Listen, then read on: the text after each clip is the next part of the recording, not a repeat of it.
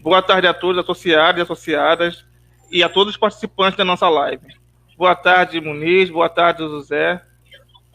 Muito, muito obrigado por ter aceitado o nosso convite aqui na live. O dia 13 de maio foi o dia da farsa abolição da escravatura, né? 132 anos depois, o que mudou para a gente? Joaquim Nabuco dizia: a escravidão permanecerá por muito tempo como uma característica nacional do Brasil. Precisamos de um projeto antirracismo, classista e em busca de unidade e junto aos demais grupos que lutam contra as opressões e por um futuro socialista. Pelo poder popular, venceremos. A live de hoje traz como tema o poder das milícias e a luta pela vida. Como sobrevive a população negra em tempo de pandemia? Nesta segunda-feira, o jovem João Pedro, de 14 anos, foi assassinado no Complexo do Salgueiro. Durante a ação dos policiais, que afirmavam terem visto 3 traficantes no interior da residência. A criança foi baleada e levada de helicóptero sem os familiares para um hospital na Lagoa, na zona sul do Rio de Janeiro. Isso é política de extermínio. Pobre, preto, favelado e periférico constitui a nova forma de um perfil antigo da força de trabalho marginalizada, formando assim as classes perigosas na verdade. Esta está à margem dessa relação social, no caso brasileiro. Possui raízes históricas. Por isso que o capitalismo, através do Estado controlado por uma elite econômica branca e outras forças sociais, utiliza um conjunto de recursos impetuosos para prevenir explosões sociais e para nos fragilizar e nos exterminar sistematicamente. O adolescente João Pedro Matos, de 14 anos, não foi o único. Em 2020, 24 adolescentes foram baleados no Grande Rio. Destes, 11 morreram. Dos 24 adolescentes, 12 foram baleados em situações com presença de agentes de segurança. 5 morreram. Não foi bala perdida. É política de extermínio. E nesta live, nós vamos contar com o professor Muniz Ferreira, que leciona História Contemporânea na UFRJ, e discutiremos o sistema capitalista, como o sistema capitalista se beneficia do racismo. Também teremos a presença do professor José Cláudio, da Rural do Rio de Janeiro, e um dos maiores estudiosos sobre a atuação do crime organizado no país, a atuação das milícias, as investigações sobre a família Bolsonaro, as eleições de 2018, o assassinato de Marielle Franco. Todos esses temas estão entrelaçados. Essa é uma excelente oportunidade para entendermos o poder da milícia e a sua atuação na conjuntura atual. Eu passo a palavra para o professor Muniz, da Universidade Rural, que vai estar falando um pouco desse extermínio da população negra no Brasil, no Rio de Janeiro. E como o capitalismo é selvagem com a gente de cor. É com você, Muniz. Bom, muito boa tarde a todos e a todas. Eu gostaria de, em primeiro lugar, parabenizar o Cintura RJ pela iniciativa de organizar essa e outras lives que vêm ocorrendo, né? É uma forma de manter a base do sindicato de alguma maneira mobilizada, ainda que nesse isolamento social, né? É uma forma de conferir também um caráter reflexivo e, de certa forma, militante a essa situação de quarentena. Quero saudar aqui, né, o André Nascimento, coordenador do Cintura RJ, agradecer pelo convite, né, e agradecer através dele a toda a direção do sindicato, e também aí ao professor José Cláudio, pela satisfação de poder compartilhar com ele aqui essa mesa, né, essa mesa virtual. Bom, o André, ele já iniciou, né, colocando algumas questões que são muito importantes para a nossa reflexão e que eu pretendo aprofundar um pouco aqui nessa minha breve intervenção, né, esclarecendo antes que eu vou me concentrar aqui nos efeitos dessa pandemia sobre a população afro-brasileira, afrodescendente, né, de certa forma, me vinculando a esse subtítulo, né, da mesa, né, que é como a população negra sobrevive nesse período de pandemia, ao passo que o tema da milícia possivelmente será explorado pelo professor José Cláudio. Bom, então a primeira coisa para a qual eu quero chamar a atenção é para o fato de que existe um refrão que tem sido repetido muito constantemente, principalmente pela grande mídia, pelos grandes meios de comunicação e eventualmente até por alguns porta-vozes aí dos governos, né, estaduais e federal. Esse refrão ele repete que a epidemia ela tem sido igual para todo mundo, ela tem atingido todo mundo de igual maneira, né? A mesma proporção, com a mesma gravidade, com a mesma intensidade. Eu quero dizer que poucas coisas podem estar mais distantes da realidade, né? Não é isso que vem acontecendo. Eu vou aqui tentar apresentar alguns elementos, né, para que a gente possa constatar que isso, de fato, não se verifica, que isso não acontece, muito pelo contrário, né? Esse momento da pandemia, ele tem, de certa forma, escancarado as terríveis desigualdades que existem na sociedade brasileira, né? E a desigualdade mais antiga, né, mais enraizada, mais cristalizada na nossa formação social é justamente essa desigualdade a respeito do aspecto racial, da cor, da origem, né, que atinge diretamente a população afrodescendente, né? Então, nesse pouco período nesse pequeno espaço de tempo que eu tenho, eu gostaria de apresentar de que forma, né, essa pandemia, né, os efeitos aí dessa infecção tem atingido a população afro-brasileira em cinco tópicos fundamentais, né? No que diz respeito ao mercado de trabalho, no que diz respeito ao problema da habitação, no que diz respeito ao problema da educação, no que diz respeito ao problema do acesso à saúde e o que diz respeito ao problema da segurança pública, né? Então, gostaria de fazer algumas pontuações para que a gente perceba de que forma essa pandemia tem atingido de maneira diferenciada os diferentes setores da população brasileira e com que gravidade, com que profundidade, né, ela atinge a população afro-brasileira, né? Bom, vamos começar pela questão do mercado de trabalho, né? É sabido já há algum tempo, desde que os estudos passaram a contemplar essa dimensão de raça e cor no mercado de trabalho, que os trabalhadores, né, negros, os trabalhadores e trabalhadoras, principalmente os trabalhadores, né, afro-brasileiros, afrodescendentes, eles são pior remunerados no mercado de trabalho, né? De modo geral, né, o salário, né, de um trabalhador, de uma trabalhadora afrodescendente oscila entre 70% e 50% do rendimento dos demais trabalhadores, né? Bom, não é difícil imaginar o fato de que nessa conjuntura atual, na qual as empresas, né, os empresários, eles têm reduzido os salários dos trabalhadores, né, sob o pretexto de que é uma forma de se prevenir dos efeitos de crise econômica gerados aí pela epidemia, pela interdição das atividades econômicas, o fato de que certamente aqueles trabalhadores trabalhadores e trabalhadoras tradicionalmente pior remunerados, né, que ocupam uma posição mais desfavorável no mercado de trabalho, têm sido atingidos com mais profundidade, com mais intensidade. Fora isso, nós temos outros dois elementos importantes que têm a ver com a questão da informalidade e com a questão do desemprego, né? Todas as estatísticas revelam que os trabalhadores e trabalhadoras negros e negras são também maioria entre os trabalhadores informais.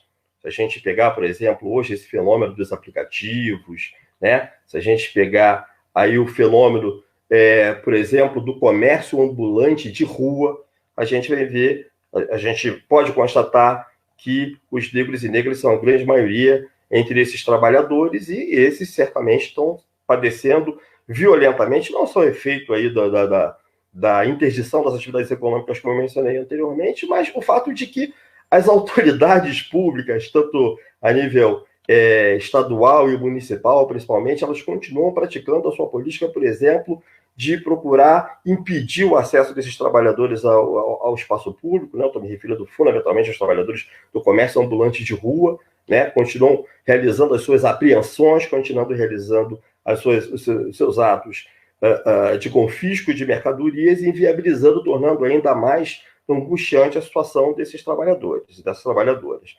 No que diz respeito ao desemprego também, né, todos os dados, todas as estatísticas de antes da pandemia, e certamente aqueles que forem feitos agora durante a pandemia, poderão confirmar, né, a constatação de que, efetivamente, a grande maioria dos trabalhadores e trabalhadoras desempregados desse país são também de origem afro-brasileira, afrodescendente, são trabalhadores e trabalhadoras negros e negras, e, portanto, são aqueles que sofrem mais angustiadamente com a interdição, mais uma vez, das atividades econômicas, que, por sua vez, né, quer dizer, não iniciam agora uma situação de crise econômica. Essa crise econômica ela tem a ver com a própria orientação econômica seguida por esse governo, que é um governo de destruição nacional também na economia, né, de subalternização da economia brasileira na economia internacional, e isso tem efeitos muito violentos, muito concretos, muito palpáveis para todos os trabalhadores e trabalhadoras, né, os formais, os informais, né, os empregados e os desempregados.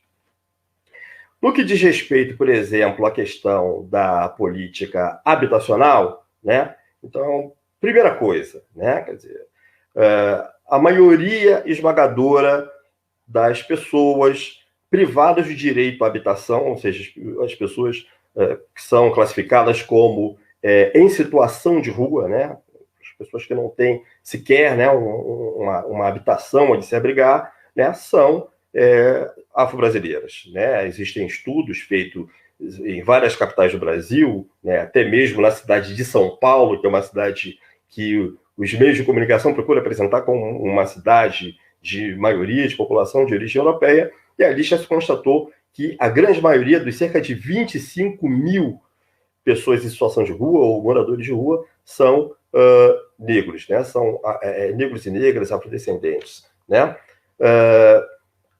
Por outro lado, as populações também, a população afro-brasileira se concentra nas comunidades, nas favelas, nas periferias, que são os espaços justamente onde é mais difícil praticar os protocolos, as normas de isolamento social, tal como têm sido recomendados aí pelas atividades sanitárias, né?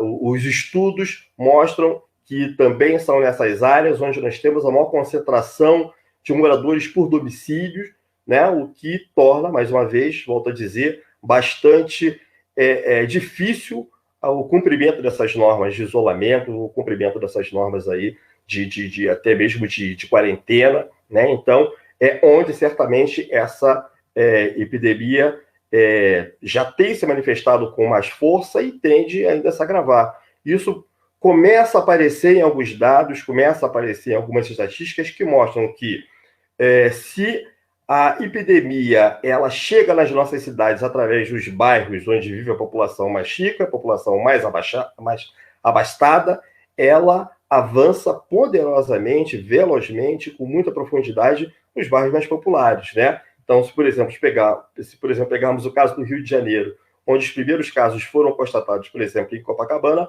hoje são bairros da zona oeste do Rio de Janeiro, né, principalmente Campo Grande, Bangu, Realengo, aqueles que registram a maior crescimento aí da incidência da doença.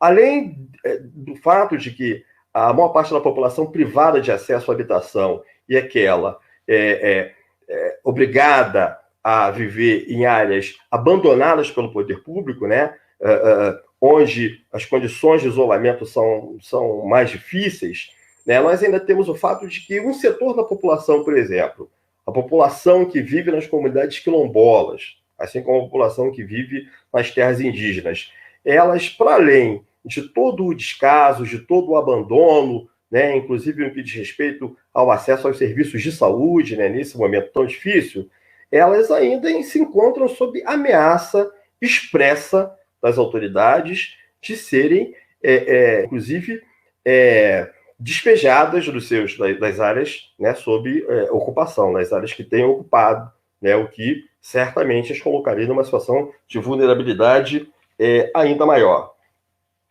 Se pensarmos, por exemplo, no tema da segurança pública, né, que eu evidentemente não vou aprofundar, até porque o colega José Cláudio certamente vai tratar com bastante profundidade desse tema, né? Mas o que a gente constata, né? Não só a população afro-brasileira é aquela, né, que ocupa, né, mais frequentemente os espaços no interior das instituições carcerárias, né, a presença, né, do afrodescendente nas instituições prisionais é desproporcionalmente maior a sua própria presença na composição demográfica da população brasileira, e hoje os presídios são espaços críticos, né, de propagação da doença, né, e essa situação não muda porque também as autoridades, também o poder público, a nível federal, estadual e municipal, né, mantém as suas fórmulas punitivistas, repressivas, de encarceramento massivo dessa população, né? Para além disso, as políticas de segurança, elas combinadas, conjugadas com a questão do isolamento social nas comunidades faveladas e periferias, acabam conferindo a essas comunidades e periferias um caráter quase, né, de gueto expresso, né? Quer dizer, as pessoas ficam confinadas ali e as operações policiais continuam sendo realizadas com a mesma truculência, com a mesma violência de sempre, gerando esses resultados terríveis que nós temos tido nos últimos tempos, como, por exemplo, a morte do jovem, do adolescente João Pedro, lá em São Gonçalo, a morte do menino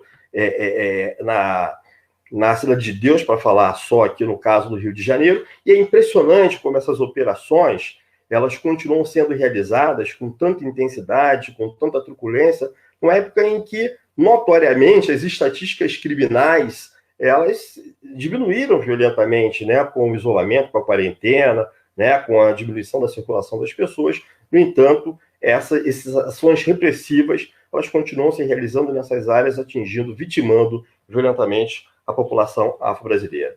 Se a gente pensa na questão da educação, né, a suspensão das atividades educacionais, principalmente, né, vamos pensar aqui nas escolas de primeiro e segundo grau, para além do prejuízo provável que será provocado do ponto de vista do aprendizado dessas pessoas, se a gente pensa, por exemplo, no estudo secundário, principalmente aqueles que pretendem prestar, né, o Enem, né, não se sabe ainda, parece que tende a ser cancelado, mas o governo pretendia manter, né, então, quer dizer, eles têm um prejuízo grande, além daqueles estudantes, aquelas crianças e adolescentes, né, que estudam nas escolas públicas, que vivem nas áreas mais periféricas, que são de famílias mais pobres e que precisam, por exemplo, né, da alimentação, e nesse momento tendem, inclusive, a serem privadas até da alimentação fornecida por essas escolas aí na merenda escolar. Então, tem tido a sua situação também agravada, tem tido a sua situação também, as suas aflições,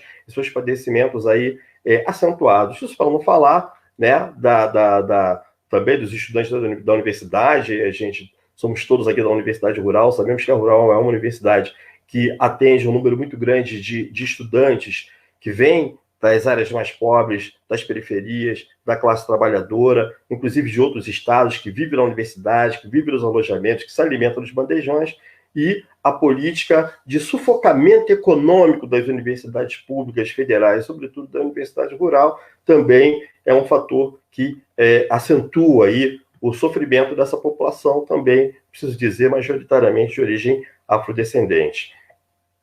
No que diz respeito à questão do acesso ao serviço de saúde, né, que é absolutamente crucial nesse momento, né, eu queria dar o dado, né, de que cerca de 75% da população brasileira só pode dispor do SUS, né?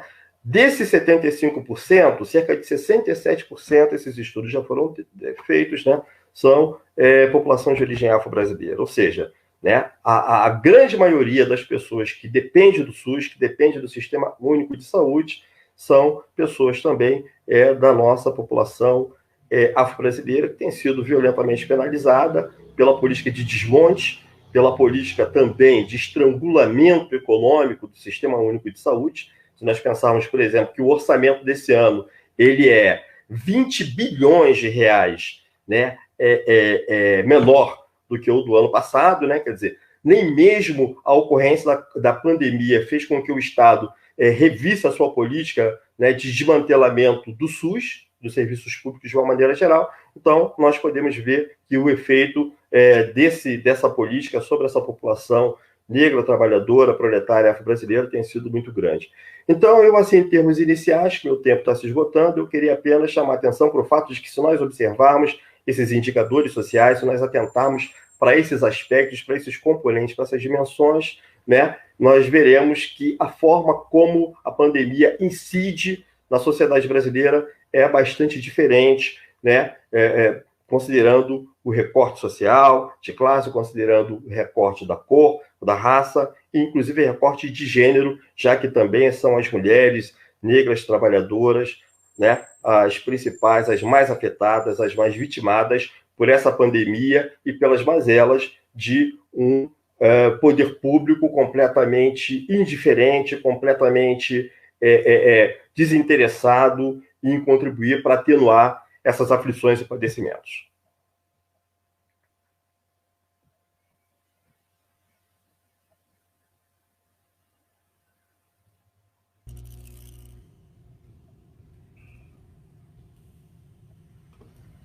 Som.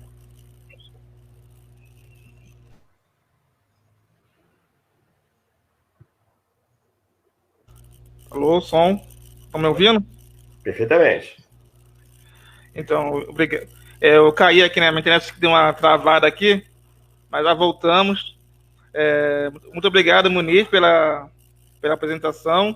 Vou passar agora a palavra para o professor José Cláudio, que vai estar falando um pouco das milícias do Rio de Janeiro, do poder das milícias e a luta pela vida. Aí, com você, professor.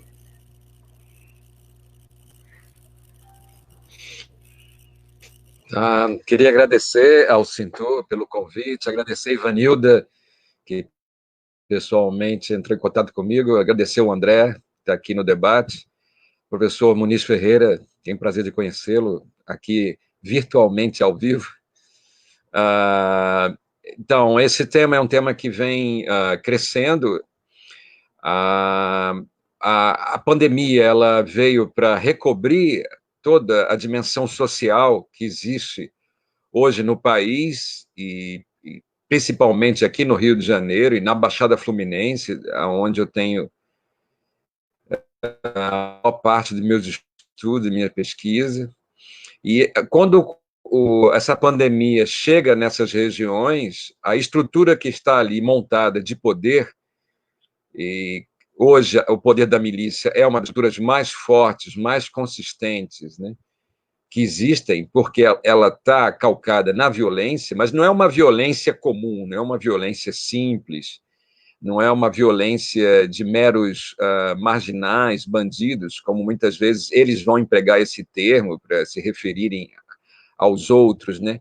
Eles constituem o crime organizado dentro do próprio Estado. Então, isso dá à milícia um poder muito superior a qualquer outro grupo criminoso. Quando eles constituem a fala e eles se expressam com essa fala politicamente, socialmente, culturalmente, a partir do discurso do bandido bom e bandido morto, por trás dessa expressão, que é a expressão da execução sumária, lembre-se que é uma expressão vitoriosa politicamente. Foi com essa bandeira que o atual presidente da República, Jair Bolsonaro, se elegeu. Lembre-se que o atual governador do estado do Rio de Janeiro defende essa mesma dimensão, não só defende discursivamente, politicamente, mas ele pratica isso, como foi bem lembrado aqui pelo Muniz, pelo próprio André. Pessoas continuam sendo vitimadas por atos de covardia e violência bárbara praticada pela própria estrutura de segurança pública do Estado, essa estrutura oficial. A milícia é uma estrutura calcada no Estado, ela é constituída por policiais militares, policiais civis, bombeiros, guardas municipais, enfim, agentes públicos de segurança, eles são constituidores da estrutura da milícia, e ela, a partir desse local que ela está, que é dentro do Estado, ela tem um poder incalculável, ela se protege, ela tem informações privilegiadas, ela abre um leque de negócios que se constitui a partir dessas informações privilegiadas. Então, a milícia hoje no Rio de Janeiro, no Brasil como um todo, ela vem se expandindo. Ela cresce, ela se expande porque Hoje, o ambiente político nacional é um ambiente comprometido com esse tipo de discurso, com o apoio à atuação desses grupos. Dizer que a ditadura militar matou pouco, torturou muito, tinha que ter matado mais, e em cima desse discurso você eleger pessoas como o próprio presidente da República, é você dar carta branca para esses grupos se expandirem. E nessa conjuntura, os negros são significativamente a massa dos executados. Os negros estão nos presídios, mas aqueles que não vão para os presídios são os que são mortos, executados, como esses lembrados agora, nessa semana, por operações policiais, porque elas ocorrem em áreas de comunidades pobres. E é ali também, nessas áreas, que as milícias se constituem. Então, tanto pelo aparato legal do Estado, a partir das operações policiais formais, autorizadas por Secretaria de Segurança, governadores, chefes da polícia, enfim, toda a estrutura de segurança pública legal e toda a dimensão ilegal dessa estrutura do Estado, a dimensão criminosa, ela funciona executando, matando negros. Constitui-se basicamente a carne que é vitimada e que é liquidada. O coronavírus, ele também está atingindo essa mesma população. Então, você tem aqui um torno. Você tem um torno, de um lado do torno, as operações legais do Estado, a execução sumária e as operações ilegais do Estado, a partir das execuções sumárias também das milícias, do trato que a milícia faz com a população negra e pobre, e, do outro lado, o coronavírus que destroça essa população pelas dimensões que o ministro Ferreira trouxe muito bem, pelas dimensões habitacionais, acesso à saúde pública, acesso a emprego, acesso à proteção, à garantia da vida. Nada disso é garantido para essa população. Isso é um torno. Dos dois lados, a população está sendo esmagada. E é assim que eu tenho visto ao longo desse tempo.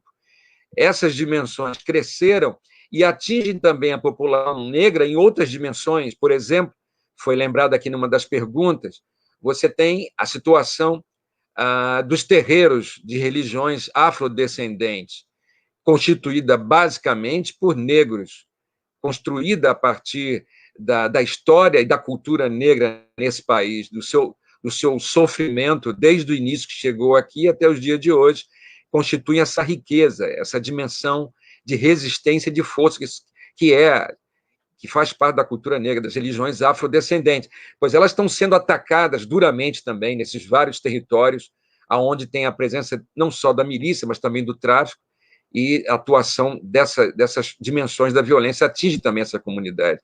Então, como é que você está sendo simplesmente esmagado com duas grandes dimensões? Nós chamamos essas dimensões por um nome meio complicado, mas que expressa muito bem isso, chama-se necropolítica. O que é a necropolítica?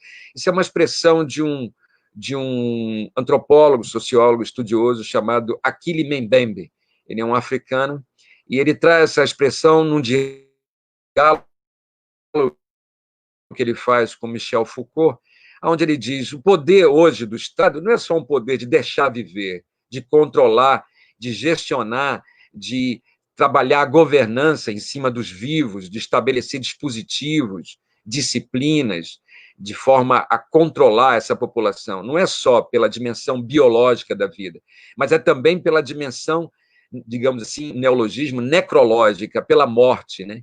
É o thanatos, é a capacidade de provocar morte aos outros, deixar os outros morrerem. Você deixa as pessoas morrerem, você deixa os negros morrerem quando você destrói o sistema de saúde pública. Você deixa os negros morrerem quando você não faz teste para o coronavírus. Eu perdi um amigo em Duque de Caxias que foi contaminado, sim, pelo coronavírus, todos os sintomas.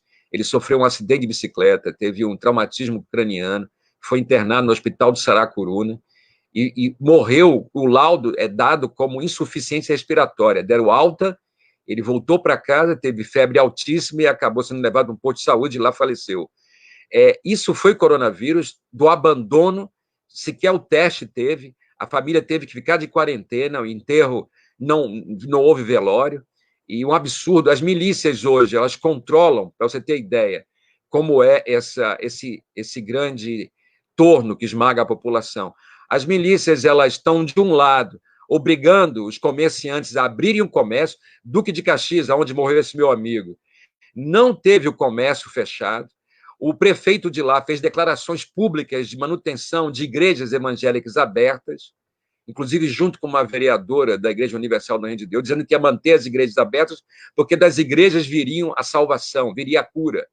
Pois esse prefeito, o senhor Washington Reis, contraiu o coronavírus, foi se tratar no melhor hospital do Rio de Janeiro, ficou 13 dias internado, chegou aí para a UTI, e hoje está vivo, né? Eu queria que ele fosse para onde meu amigo foi, para o Hospital de Saracuruna, lá no 2º Distrito, Duque de Caxias, Hospital Adão Pereira Nunes, chamasse a Igreja Universal para ir lá rezar por ele e sobrevivesse. Aí ele seria uma pessoa digna, teria coragem, ele honraria a fé que ele diz que tem, mas ele efetivamente mantém a cidade aberta, a milícia controla aquela cidade. O principal negócio da milícia em Duque de Caxias é venda de terrenos e imóveis para a população. Essa população, hoje, Caxias já está ultrapassando em números proporcionais as mortes da cidade do Rio de Janeiro. Ele vem num patamar altíssimo, já chegando talvez a mais de 200 mortes na cidade. E simplesmente são os índices oficiais são falsos. Os índices reais multiplica esses números oficiais por 10. Nós podemos ter um patamar hoje de homicídios cometidos pelo abandono, pelo desalento, simplesmente por ignorar essa população pobre. Então, ela está sendo massacrada por dois lados. Pela milícia que obriga o comércio a voltar, ela quer manter os seus negócios, e pelo próprio poder público associado a essa milícia, que mantém o comércio aberto, tenta manter, não conseguiu manter as igrejas abertas, porque o Ministério Federal foi capaz público federal foi capaz de bloquear essa possibilidade. Por outro lado, isso é decisivo nesse momento para a milícia abrir os negócios e fazer a economia funcionar, porque esse é um ano eleitoral. É nesse ano que as milícias vão fazer a sua apoteose. Se no governo federal um homem foi eleito defendendo a execução sumária, que bandido bom é bandido morto, defendendo o excludente de ilicitude, tendo vínculos da sua família com a estrutura miliciana, isso é público e notório. O envolvimento de milicianos dentro do gabinete do Flávio Bolsonaro, quando ele foi deputado estadual aqui no Rio de Janeiro. Esses milicianos envolvidos, um deles, a principal figura, chamado Adriano Magalhães da Nóbrega, foi em fevereiro desse ano assassinado numa operação incompreensível, aonde ele estava isolado numa casa no interior da Bahia e foi confrontado e foi morto. O relato diz que ele reagiu à polícia. Tudo indica que ele foi conduzido a uma situação e, nessa situação, ele foi morto. Os 13 celulares que estavam na mão desse homem, determinante nas investigações sobre o caso da morte da Marielle e sobre o caso do envolvimento de verbas de parlamentares aqui do Rio de Janeiro com o mercado imobiliário ilegal, clandestino das milícias na zona oeste do Rio de Janeiro, esse homem morreu, mas os seus celulares estão na mão, atualmente, da Polícia Militar do Rio de Janeiro, sob o comando, claro, maior, do governador Wilson Witzel. E até agora não temos informações alguma sobre as informações. Então, ele morre em fevereiro. Isso foi cronometrado. Essas informações não estão vindo à baila. A Polícia Federal sofre uma intervenção direta do presidente da República, e hoje há um controle sobre o diretor nacional da Polícia Federal e do diretor da Polícia Federal no Rio de Janeiro, estão sob controle direto do presidente da República. Há um envolvimento, um comprometimento dessa família com a estrutura miliciana. E nós não temos informações algumas sobre todo esse caso. Então, isso tudo está cronometrado. A pandemia não afeta os negócios da milícia, a milícia se impõe sobre o distanciamento social, mantém os seus negócios. Em outubro, as eleições vão ser realizadas. Essa eleição é determinante para 2022, para daqui a 2 anos. Determinante para que a estrutura que hoje está no poder do governo federal ela se mantenha. E lembre-se, ela é uma estrutura muito mais forte do que meramente a atuação miliciana. Você tem no topo dessa atuação as próprias Forças Armadas. Lembre-se que o comandante da intervenção federal aqui no Rio de Janeiro, o general Braga Neto, ele, dias após a morte do Adriano Magalhães da Nóbrega, essa figura-chave das investigações no Rio de Janeiro, ele recebe das mãos do presidente Bolsonaro o Ministério da Casa Civil. Isso é muito sintomático. Isso é sintomático de uma aliança que sempre houve nesse país entre as Forças Armadas e a canalha assassina. Essa canalha assassina, ela surgiu, os grupos de extermínio surgiram no final dos anos 60, sob a era da ditadura militar, e nunca foram arranhados, nunca foram tocados, nunca foram impedidos de atuar, sempre atuaram no Brasil inteiro, principalmente na Baixada Fluminense. E hoje, esses grupos de extermínio se constituem como a base da milícia. E esse projeto de poder político nacional vitorioso necessita das vitórias agora, desses vários elementos, nas eleições municipais. Hoje é um projeto das Forças Armadas, dos vários agentes de polícia do Estado, Polícia Federal, Polícia Militar, Polícia Civil, bombeiros, todos envolvidos na estrutura de segurança pública, hoje fazem trajetórias políticas, ou de ocuparem cargos em Brasília, nomeados pelo presidente, veja o número de militares envolvidos no atual governo, ou de ocuparem cargos a partir do processo eleitoral. Então, é decisivo que, nesse momento de pandemia, as milícias estejam controlando a economia. A milícia controla acesso à saúde pública. A milícia hoje, ela pega pessoas na fila do SUS, pessoas que estão lá em Duque de Caxias, aguardando e morrendo em suas casas, porque elas não têm acesso ao sistema público, elas estão morrendo em casa, são esses relatos que eu tenho. A milícia consegue, de acordo com a sua influência política, com o seu poder, com a capacidade de você carrear votos, ou a capacidade de você pagar grana para a milícia, ela consegue botar você na frente da fila da UTI, do respirador, e você não vai morrer, você vai sobreviver. Ela controla as funerárias. Tem uma única funerária em Caxias, que é monopólio dos enterros de uma cidade de 1 milhão de habitantes. Você imagina? Um enterro simples é R$ 2.800 num caixão que parece MDF. Você imagina quanto dinheiro está se ganhando agora com as mortes das pessoas pelo coronavírus não notificado, que nem se sabe de que a pessoa está morrendo. Tudo isso hoje joga para uma estrutura de poder muito forte, muito consolidada, que avança sobre nós. E a universidade pública controlada, diminuída no seu papel, com suas dimensões cortadas, suas verbas, sua dimensão de debate público, sua capacidade de interlocução, por conta de uma estrutura que é miliciana na prática, que executa as pessoas e mata quem é contra ela, que controla vários mercados de bens e serviços, mas também por uma estrutura miliciana virtual, que ataca e combate as informações que a própria universidade produz. Há pouco assistimos isso com os ataques também aos pesquisadores da Universidade de Pelotas, que estão fazendo uma pesquisa em 133 municípios do país sobre as condições que o coronavírus está submetido à população e como a população está vivendo a isso, e essa pesquisa está sendo agora atingida, inclusive prendendo esses pesquisadores. Pra você ter ideia da situação que nós estamos vivendo.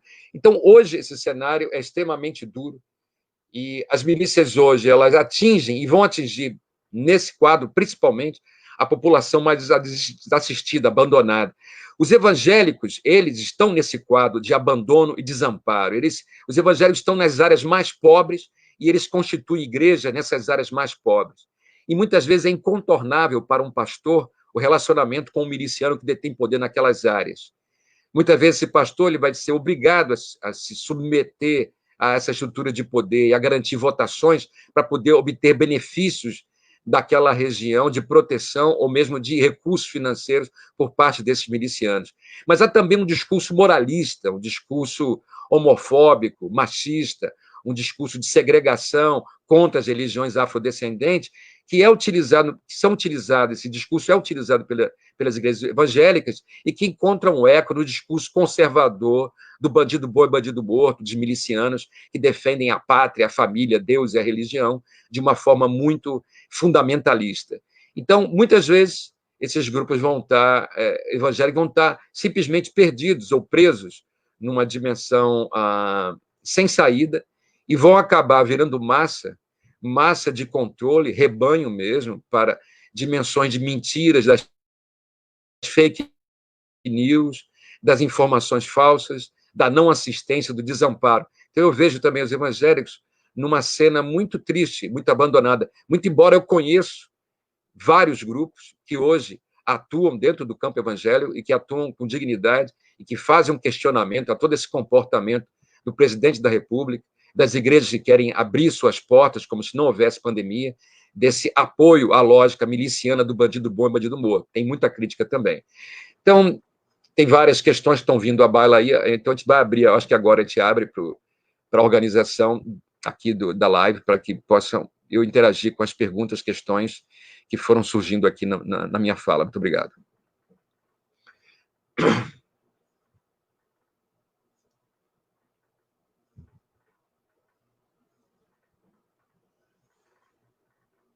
Opa, obrigado, José Claudio, obrigado, Muniz. Então, agora nós vamos abrir para a nossa rodada de perguntas, né? Estamos recebendo perguntas no comentário da live. Recebemos algumas perguntas aqui. Eu dividi as perguntas por tópicos. O professor José Claudio vai responder as perguntas relativas às milícias e o professor Muniz a pergunta relativa à população negra, né? O que ele falou. Então, tem a primeira pergunta para o professor José Cláudio. As populações nessa área, nessas áreas poderiam resistir ao poder das milícias, tráfico ou até mesmo dos pastores evangélicos, já que estão expulsando as mães de santos das comunidades. Como as populações nessas áreas poderiam resistir ao poder da milícia, tráfico ou até mesmo dos pastores evangélicos? Essa é a primeira pergunta. Tem outra pergunta aqui para o professor. Você vai fazer bloco? Bloco de pergunta, isso. Uhum. Eu vou ler as 3 perguntas e aí depois eu vou te dar 5 minutos para responder. Certo. A próxima pergunta tem um textozinho aqui de introdução, eu vou ler o texto, depois no final eu leio a pergunta. Na época da ditadura militar, os generais usavam os serviços dos grupos de extermínio, gangue de policiais e ex-policiais que vendiam serviço de proteção privada para caçar subversivos, ou seja, qualquer um que representasse uma ameaça ao seu poder. O fim da ditadura não acabou com o grupo de extermínio. Tanto que a chacina da Candelária, em 1993, foi obra de um deles. Atiradores dispararam contra 60 crianças e adolescentes que dormiam do lado de fora da igreja da Candelária, no centro do Rio, num atentado que terminou com 8 mortos. 3 PMs acabaram condenados, todos com pena superior a 200 anos. Nota, nenhum passou muito tempo preso. O último deles saiu da cadeia faz tempo, em 2012. Hoje, no século XXI, ano de 2020, esse perfil mudou? Essa é a segunda pergunta. A próxima pergunta é: miliciano, traficante, político, parasita. Essa fauna forma um encrave de barbárie na segunda maior metrópole do país. E não só dela. Um encrave que não respeita os valores mais básicos da civilização. A começar pelo direito à vida, que foi tirado de Marielle Franco em 14 de março de 2018. A vereadora lutava contra o banditismo fardado, tal como Patrícia Scioli. Só que sair desse episódio de terror, vendo todo o PM como um miliciano, é tão obtuso quanto achar que todo morador de favela é ladrão. Os policiais honestos não são tão vítimas dessa máfia quanto aos cidadãos das comunidades infestadas pelo crime.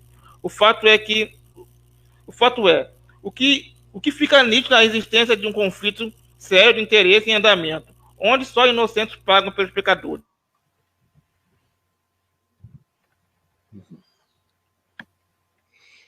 Sim, então, parece que deu de novo um LED.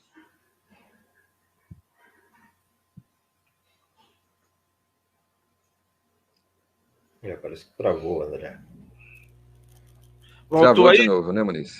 Voltou? Voltou, agora voltou. Vocês conseguiram pegar a pergunta, as 3 perguntas, o professor José? Professor Cláudio? Sim, consegui pegar. Então, vou 5 minutos para responder. Aí no próximo bloco as perguntas estão para o Muniz. Ok, Muniz? Tudo bem assim? Tudo bem. Ok, então, 5 minutos para responder as perguntas. Então, a questão da situação da população negra nessas áreas, principalmente em relação à milícia, tráfico,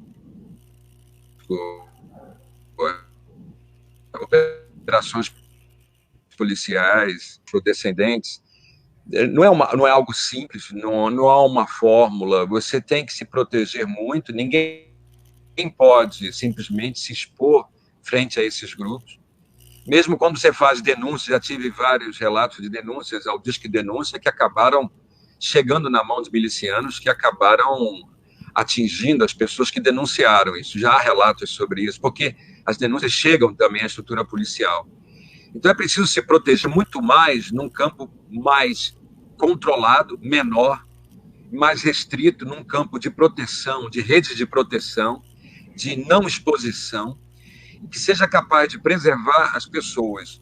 Muitas vezes você fazer uma atuação isolada, muito aberta, muito franca e muito distanciado de um grupo maior que o proteja, que o defenda, isso vai trazer consequências muito negativas. Então, não é por aí que se vai. Você tem que fazer construções mais coletivas, e aí vale em qualquer entidade, instituição. Eu conheço igrejas evangélicas que protegem, eu conheço igrejas católicas, professores, eu conheço gente que se protege a partir de movimentos sociais, grupos culturais, saraus, em várias formas de intervenção, grupos de pré-vestibular e pré-ENEM. Existem várias formas hoje da sociedade civil de se proteger e de buscar denúncia, mas nunca uma denúncia ingênua. Nós temos que ter muita clareza de que são grupos com muito mais poder, com muito mais força. E muitas vezes você tem que recuar, sim, porque recuando você pode proteger a vida das pessoas e de si mesmo e buscar conjunturas melhores para denúncia e para atuação. Tem que ter muita presença de espírito nesse momento da conjuntura para poder atuar. Quanto à punição que foi dada a esses policiais envolvidos e como é que isso continua nos dias de hoje, hoje você tem dois fenômenos. A impunidade, ela persiste, ela continua, a atuação da justiça em cima do controle sobre a barbárie cometida por grupos de extermínio, por policiais e milicianos, essa atuação da justiça ainda é muito débil, é muito frágil, são operações pontuais e localizadas no tempo e no espaço, elas não resolvem, e muitas vezes, quando atingem as pessoas que deveriam ser atingidas, você não tem a constituição de um processo que leve a uma punição mais ampla, porque você não tem testemunhas, você não tem um processo legal capaz de ser investigado de forma adequada, porque é a própria polícia que vai investigar e vai trazer material para julgamento, para investigação, e há controle sobre isso por parte desses. Mas há também um outro fenômeno surgindo no Rio de Janeiro e no Brasil como um todo, que são os desaparecimentos forçados. Pessoas são mortas hoje e seus corpos não aparecem. Então, isso está agora criando uma dimensão muito mais dura e muito mais difícil de lidar. É como você ser capaz de denunciar algo que você não tem provas. As pessoas não têm mais os seus corpos expostos, esse silenciamento, essa invisibilidade está atingindo muito duramente. E a justiça não tem sequer capacidade de atuar. Mesmo naquilo que você tem os corpos presentes, os famosos, antigamente, autos de resistência, hoje chamado morte por intervenção policial, na maioria das vezes, os agentes públicos de segurança são absolvidos por falta de prova ou por fé pública apenas no testemunho daquele que atuou e que matou alguém. Então, ainda é muito débil essa atuação da justiça. Em relação à atuação da polícia, eu não estou negando aqui que existam policiais íntegros, honestos, dignos, eles existem. Talvez sejam eles que ainda sejam capazes de manter minimamente alguma coisa na estrutura de segurança pública. Eles existem. Mas cada vez mais eu os vejo encurralados numa estrutura de crime organizado, de degradação, de homicídio, assassinato. Esses policiais viram bucha na mão desse pessoal, eles são jogados em situações para serem mortos, porque eles acabam virando vítimas inocentes. Então, ao meu ver, o que resolveria, em parte, essa situação seria você desmilitarizar a estrutura policial. Você tem que dar ao policial a capacidade dele se organizar em termos de profissionais e em termos políticos. Ele tem que ser capaz capaz de dialogar com a comunidade, com a população onde ele atua, para saber qual é o papel dele, quem é aquela população. Ele não tem que cumprir ordens de entrar em barraco, atirando com fuzil e matando jovens e adolescentes em favelas. Ele tem que ter o poder de discutir e de negar ações truculentas e violentas que vitimam as pessoas mais frágeis. Eu ainda acredito nisso, que seja capaz de fazer esse debate, o debate da desmilitarização, porque a polícia hoje é racista, homicida e suicida. Ele mata negros, ele morre na mão de negros e ele acaba perpetuando um banho de sangue nesse país. É assim que o policial hoje atua, porque ele não tem organização política, que ela lá no Ceará, onde ele assume o movimento grevista, com máscara, com armas em punho, e submetendo a população à sua força. Isso não serve para nada, não amplia esse movimento. Ele tem que ter capacidade de diálogo público e político para poder se constituir. E outra coisa, enquanto mantivermos uma guerra contra as drogas, que no fundo é uma farsa, é uma guerra contra negros, pobres e favelados, moradores de periferia, essa que é a verdade, porque droga você não combate matando.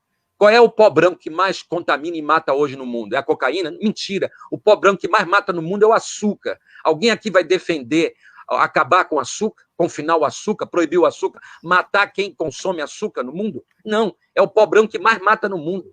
E por que você não controla isso? Porque é da economia, é dos grandes grupos. A cocaína, a maconha, o crack são drogas que podem ser educadas, controladas a partir da saúde pública. E, no entanto, se estabelece uma guerra para matar pobres que consomem e que usam essas substâncias. Então, esses são outros dois elementos que têm que ser chamados a atenção. Eu já passei do meu tempo já. Obrigado.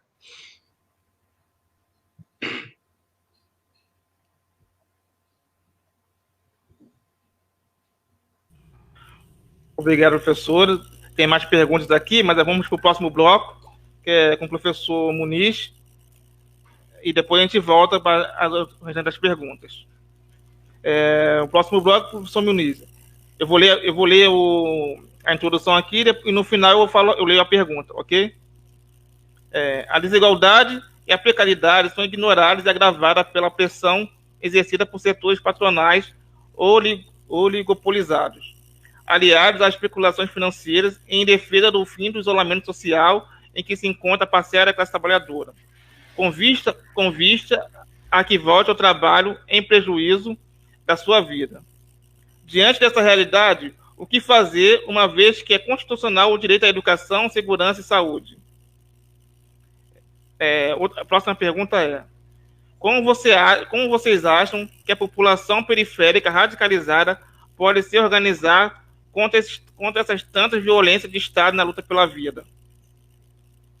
A outra pergunta é: mas muitos acreditam que ao discutir a questão do racismo, acirramos uma luta entre negros e brancos.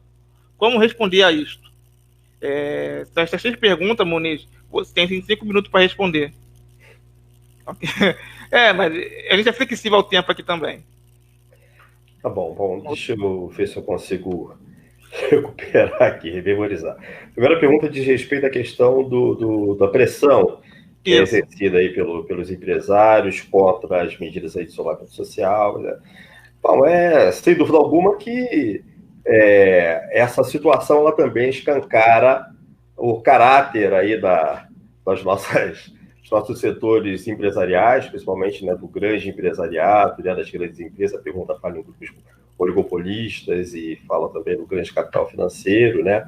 Então, é isso. O grande capital, ele é absolutamente indiferente à vida humana, à saúde, à integridade das pessoas, quer que o mecanismo da economia funcione à revelia do bem-estar, da vida das pessoas, né?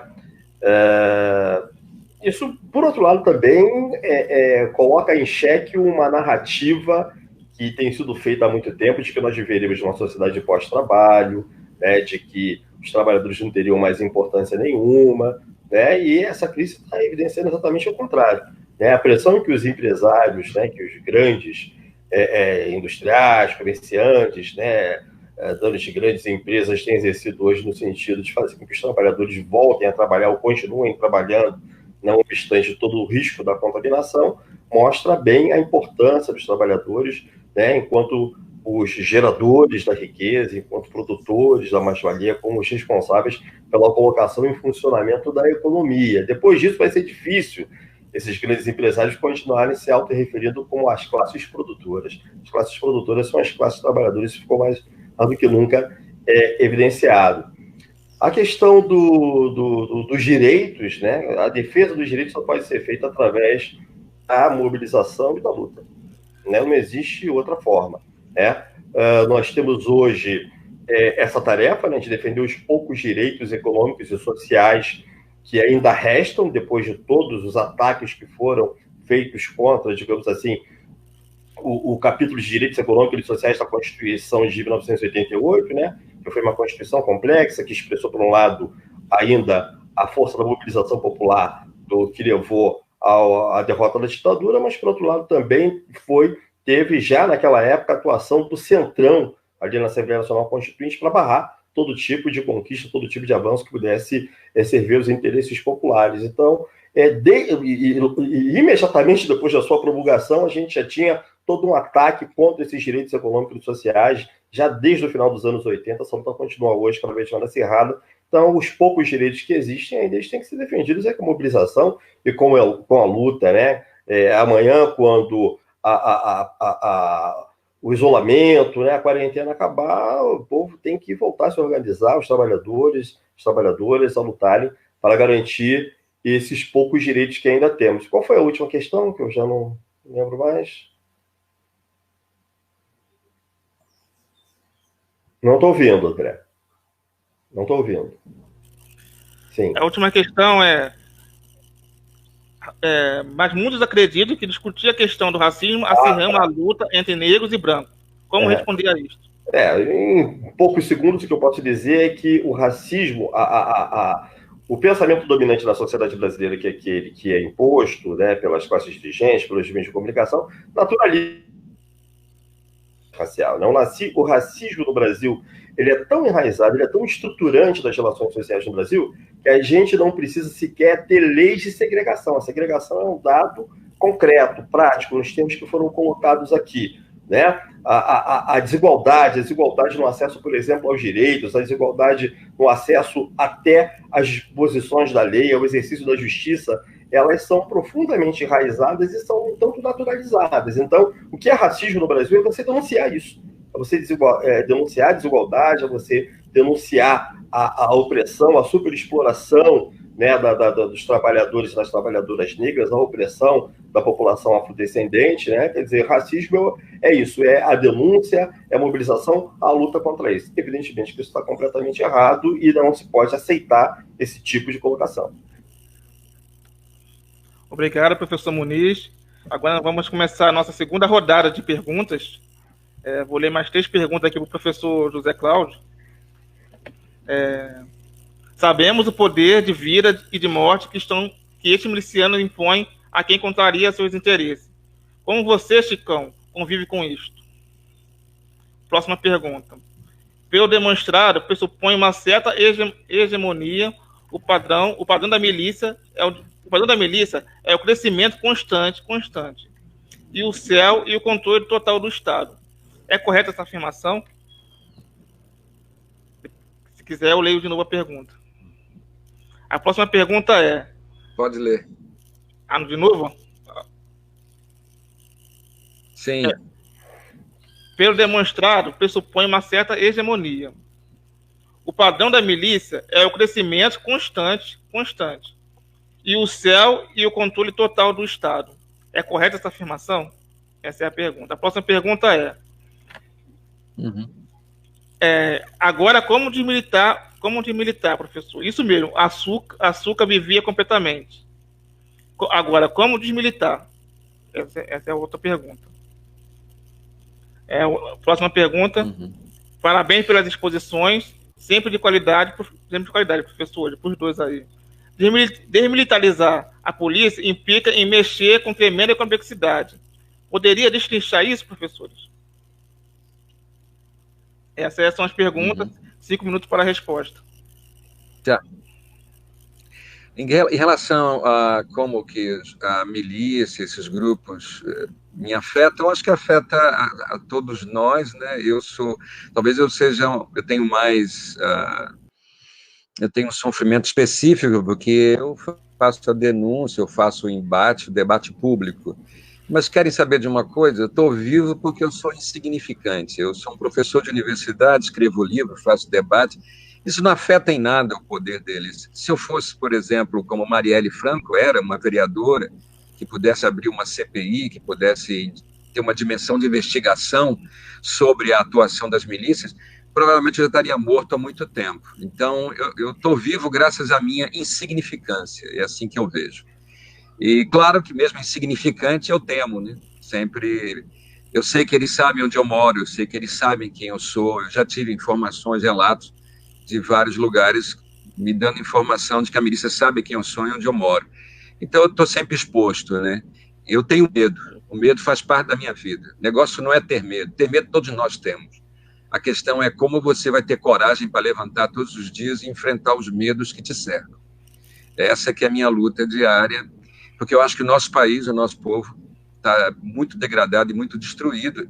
E minha missão nesse mundo, por enquanto, é ainda essa. A questão de como, antes da questão da a expansão das milícias. A expansão das milícias sem fim. Como eu parto do princípio que as milícias são uma evolução dos grupos de extermínio, eu costumo dizer que é a fase miliciana dos grupos de extermínio. E concebendo que esses grupos surgiram no final dos anos 60, então eu estou falando de grupos que estão se constituindo com poder armado no Brasil há 5 décadas. Não é pouco tempo. Aqui na Baixada Fluminense, as votações expressivas que Bolsonaro teve, de 75% dos votos, em várias áreas da Baixada, se expressa em função desse poder de 5 décadas de atuação de matadores e grupos de extermínio aqui, que nunca foram arranhados, nunca foram atrapalhados nos seus negócios, nem na época do poder petista, quando a assim dita esquerda esteve no poder. Esses membros de grupo de extermínio eleitos, vereadores e prefeitos aqui da Baixada, sequer foram tocados, não houve nenhum problema, eles atuaram junto com as políticas públicas e se beneficiaram disso e não tiveram nenhum problema. Então, nunca houve. A Comissão da Verdade sequer foi capaz de investigar a atuação desses homens que surgiram na época da ditadura. Então, infelizmente, é isso que nós temos. Eles vão se expandir, e vão se expandir no Brasil como um todo.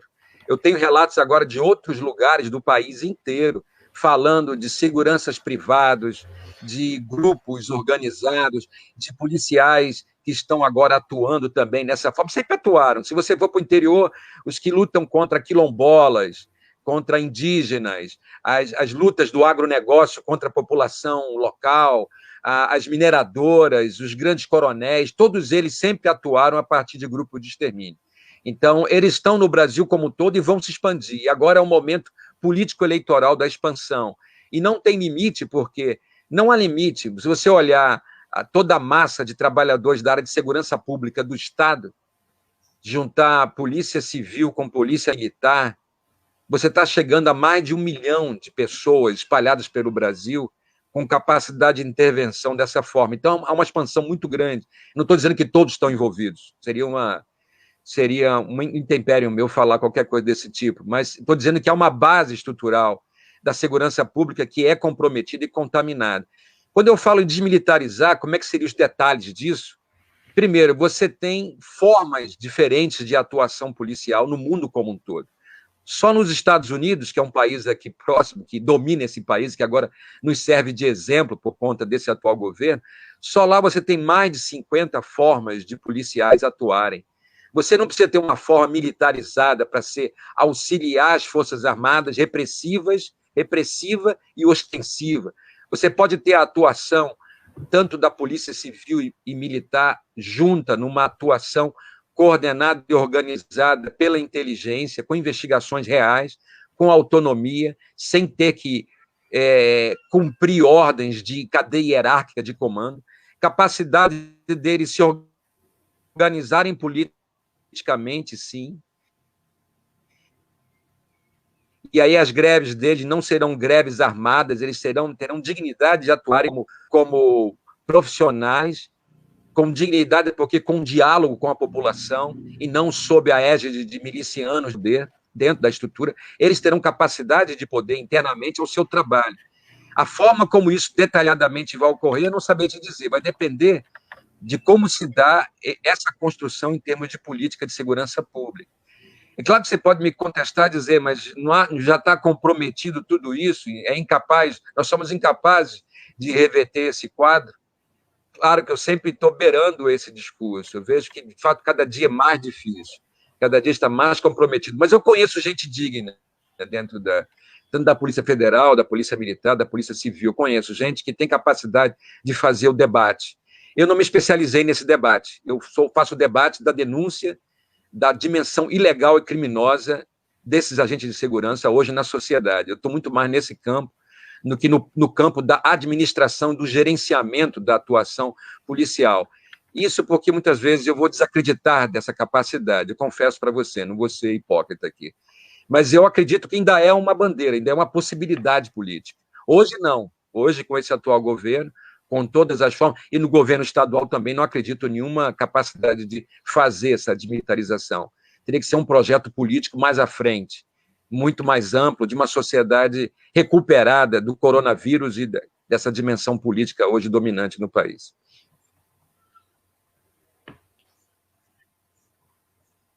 Obrigado, professor Chicão.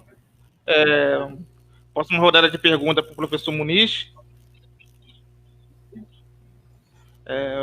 O que falta para que as populações negras, cerca de 60% do país,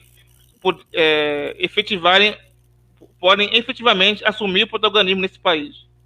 O que falta para que as populações negras, cerca de 60% do país, assumir o protagonismo no país? Entendeu? Próxima pergunta. Levados pelo comportamento do presidente da República, Jair Bolsonaro, que tem tratado com desdém a pandemia e de modo irresponsável, incentivando as pessoas a se exporem a risco da contaminação pelo vírus e consequentemente, a morte. Em meio a essa crise agravada pelo coronavírus, o que esperar do governo federal, estadual e municipal? Aqui no Brasil, com base nas informações disponíveis do Ministério da Saúde e considerando a alta vulnerabilidade que historicamente os afrodescendentes economicamente e socialmente enfrentam, a tendência é piorar. A desigualdade de renda entre as classes sociais e principalmente entre negros e brancos, além de permanecer, vem aumentando nos últimos anos. Segundo o estudo, a desigualdade social por cor ou raça no Brasil, divulgado em 13 de 11 de 2019 pelo IBGE, são amplas e profundas. As inúmeras diferenças relativas à escolaridade, emprego e renda entre negros e brancos. Essa diferenciação acaba por refletir as suas condições de moradia, escolaridade, acesso a bens e serviços, além de estarem mais sujeitos à violência e terem baixa representação em cargo de gerência. Mas como dito, esses dados são do ano de 2019, onde não existia a pandemia. E agora? Como minimizar os fatos que caracterizam as condições de moradia, escolaridade, acesso a bens e serviços totalmente limitados? Vou ler mais uma pergunta que tem para encerrar esse bloco aqui do Muniz. O racismo, às vezes, são ação disfarçada com o racismo, às vezes, é uma ação disfarçada.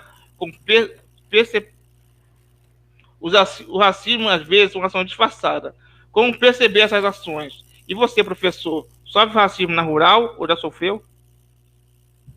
Então, essas perguntas aí, 5 minutos para a resposta. Bom, vamos lá.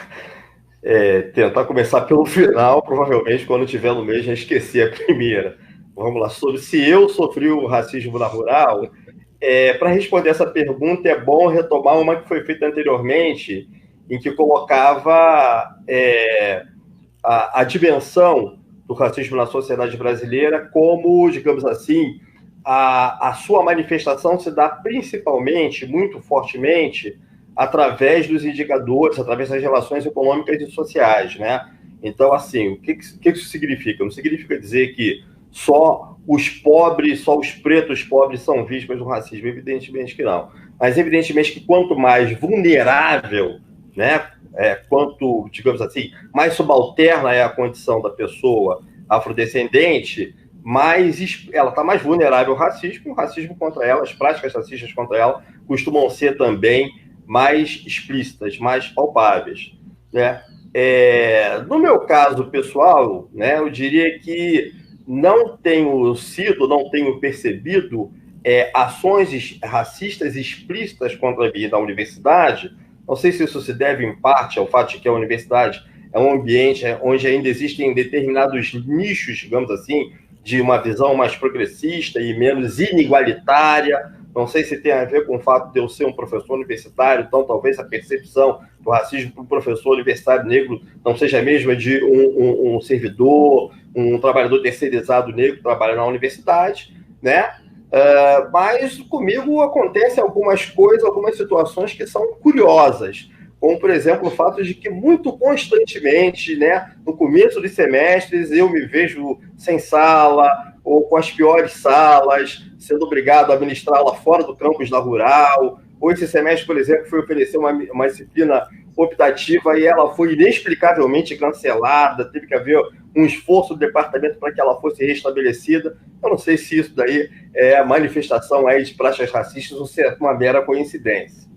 Sobre a questão do presidente Bolsonaro, o que esperar dele, o Bolsonaro ele é hoje uma referência internacional de negacionismo, por exemplo, que diz respeito ao enfrentamento do Covid-19, né? Então, assim, o Brasil hoje é visto internacionalmente como um péssimo exemplo de enfrentamento. Isso tem a ver, evidentemente, com a ação do presidente, que é um militante contra a quarentena, contra o confinamento, a favor das soluções mais estapafúrdias. Então, evidentemente que só pode se esperar dele o pior. Mas o que é mais interessante é que tudo que ele está fazendo é cumprir suas promessas de campanha e cumprir, né, colocar em prática aquilo que preconizou ao longo de toda a sua vida pública, toda a sua vida política.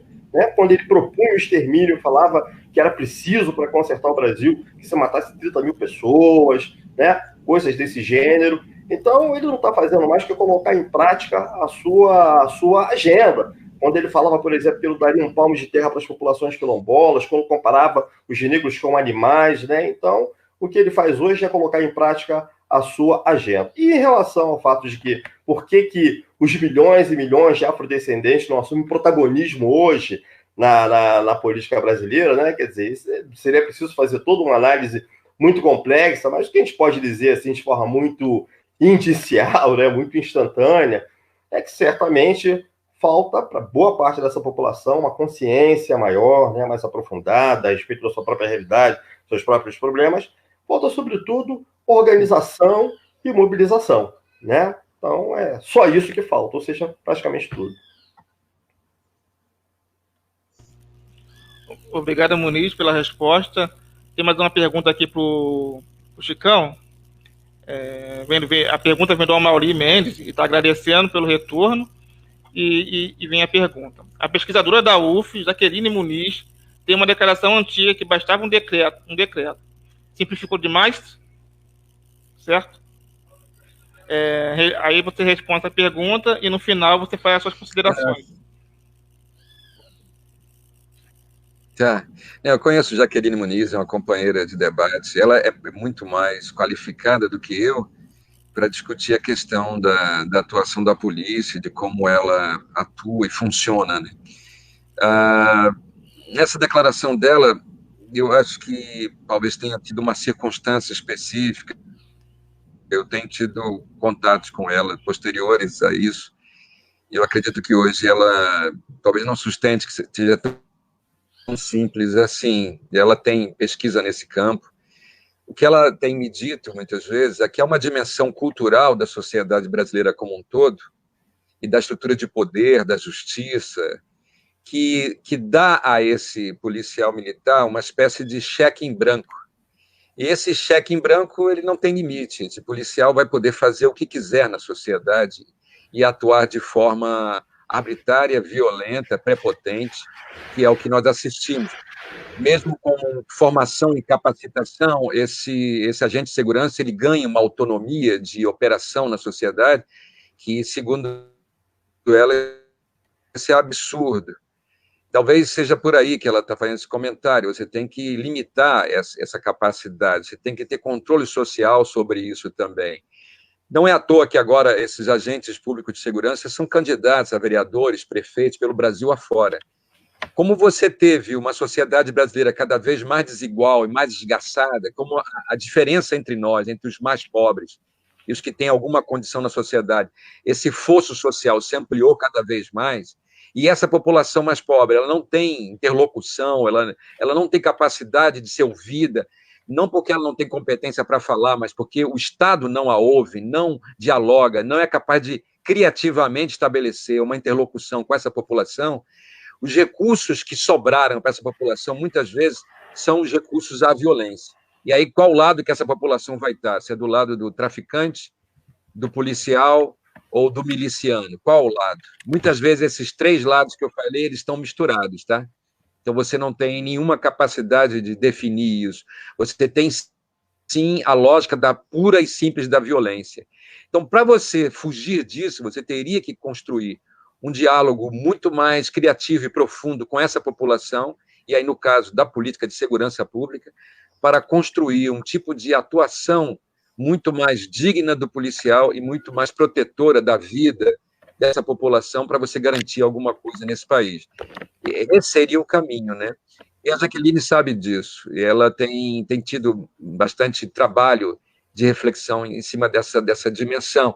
Ela costuma dizer que a arma do policial é o prolongamento do braço dele, a atuação armada e violenta da nossa polícia, ela é constitutiva da própria lógica do policial. Isso é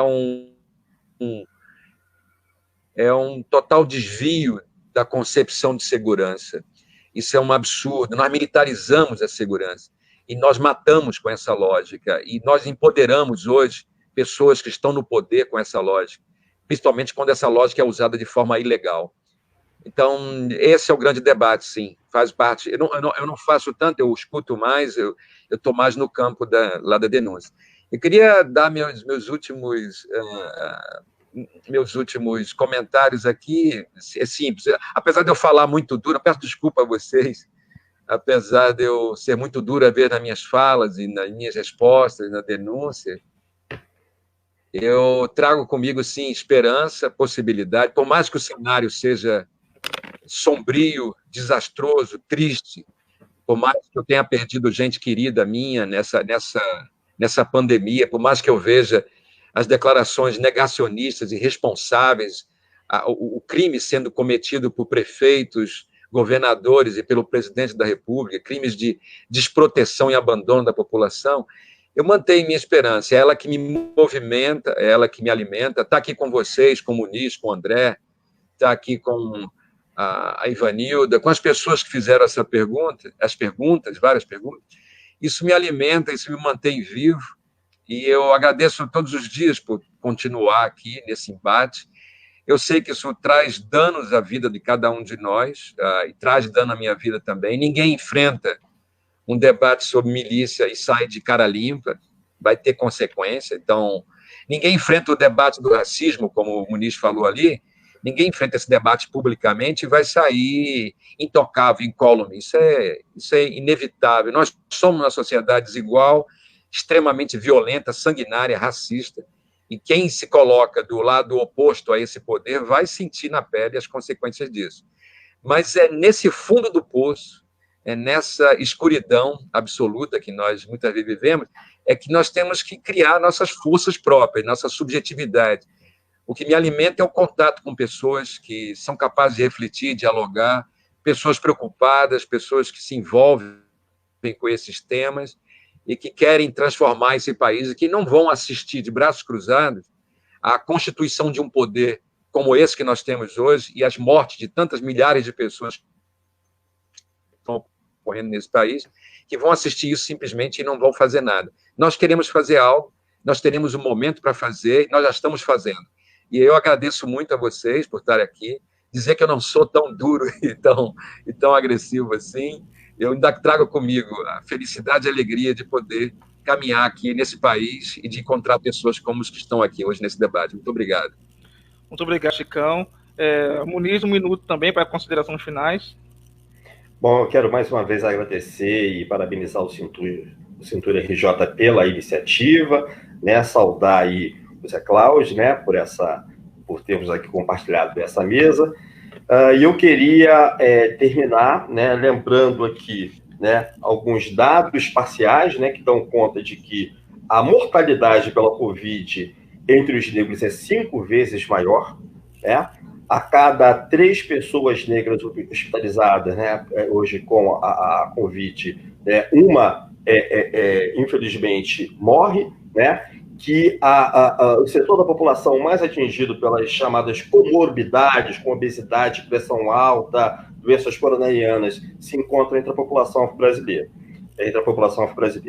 E para terminar, então, eu gostaria de dizer que existem muitas pessoas nesse momento, né, lutando pela vida nas instituições de saúde. E eu quero aqui fazer uma referência muito especial a uma pessoa da minha família, que é minha prima Cláudia, que é moradora de comunidade, trabalhadora e afrodescendente. Em nome dela, eu quero desejar força e resistência para todos os trabalhadores e trabalhadoras, negros e negras, que nesse momento vivem essa situação de dificuldade. Muito obrigado, Muniz. Mais um informezinho aqui. Hoje, daqui a pouco tem mais live para a gente. Tem a live da coordenação de aposentados da FASUBRA, que vai tratar o tema resistência e saúde em tempo de pandemia. Hoje, às 14 horas, na página da FASUBRA e no Facebook e o YouTube. O próximo informe que eu tenho aqui é: você que é associado está toda quarta, através do Cintur, ajudando pessoas carentes a passar esse momento de tanto sofrimento com mais dignidade. A cada cesta básica doada, pacote de fralda, geriátrica, frutas ou aos acamados, os agradecimentos e sorrisos recebidos representam com muito obrigado a toda a nossa categoria. Então, continue ajudando a várias famílias que precisam de cesta básica. Envie para o WhatsApp da Secretaria o nome das pessoas que estão realmente precisando de uma cesta. Participe da campanha Cintur, me ajude a ajudar.